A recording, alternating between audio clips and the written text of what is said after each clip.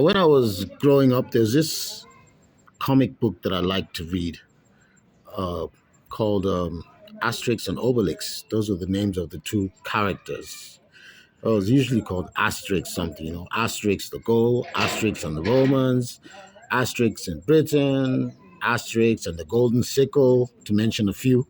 I've probably read the whole series. But anyway, it's a very entertaining comic book, very funny, and the characters love to fight. It was set in the time of the Roman Empire when the Romans had conquered most of what is today Europe. It was set in what is today currently modern day France. They called it Gaul back in the days. Now, a little village was not conquered by the Romans. That's how the story went. Their little village wasn't. The Romans were unable to conquer that little village. You know why? Because um, they had a medicine man, a druid. That's like the European version of witch doctor, and he had a magic potion that he could make, and it gave them super strength. So whenever the Romans came, they would beat them up. And in fact, it got to a point where they were terrorizing the Romans. It's just like they didn't. It's just that they didn't want to conquer anyone, so their village pretty much held off the Roman invaders. I saw something today online that reminded me of that comic book, because usually when they get into fights with the Romans, it's free for all. So I saw a big brawl. Check this out.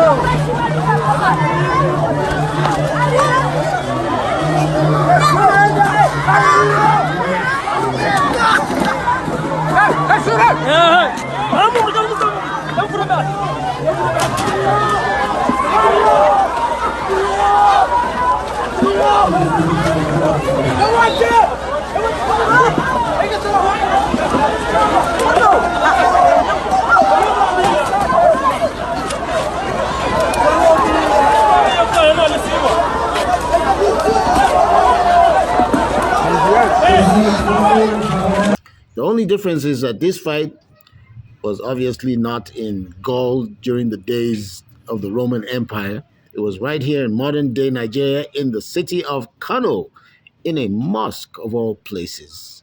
According to the story, there was a donation made by the president. President Tinubu made a donation, and that's what those people were fighting over. I think Vince McMahon should take a look at that video. Maybe he can take a couple of these dudes to WWE. What do you think? No, jokes aside, right? On a serious note, the cause of this is hunger. That's the bottom line. Hunger. There is hunger in the land, and if you didn't know, if you didn't know before, know it now. There's extreme hunger in the land, and when people get hungry, it's difficult to separate them from animals, and that's why you have people behaving like this. It's it's a terrible thing. Which brings me to the point I wanted to make. 2027 is coming. What are you going to do about it? I made a video a couple of days ago about the geniuses who thought it was a brilliant idea to fly to somebody else's country to welcome our president to another person's country. Well, apparently it was a bit worse than I thought. Because not only did they do that, some other genius, or maybe the same group of geniuses, felt that it would be a brilliant idea. A light bulb went off in their head, and they thought it would be a brilliant idea to go as far as making posters to welcome the president, his wife, and their son back to Nigeria after that visit. Just when you think you have seen it all and it can't get any more ridiculous, they hit you with another one. There you go. There it is. See that? Complete. Okay. That's the one that apparently they made posters welcoming them to the UK as well. And then here you have the one that's welcoming them back. It's crazy. Now, these posters were seen across various locations in Lagos. Now, from what I gather, the posters were not campaign materials, but were put up just to welcome the president back from his visit to the United Kingdom. How jobless can a group of people be? Well, maybe I shouldn't knock them. It's their hustle, I guess. We've There've been reactions to it. One of them being Isaac Fayoshe, who had a lot to say about it. I don't know if I can play that video here, but according to him, he said, "Look, he said something to the effect that they own Lagos, the father, the son, and the wife, and how he went further to speak about how their posters are everywhere and all over Lagos, and focus his camera on the posters while driving through the streets." He continued saying, "You see, this is what I mean. This is the first time we have a president, the son, president, the mother, and president, the father."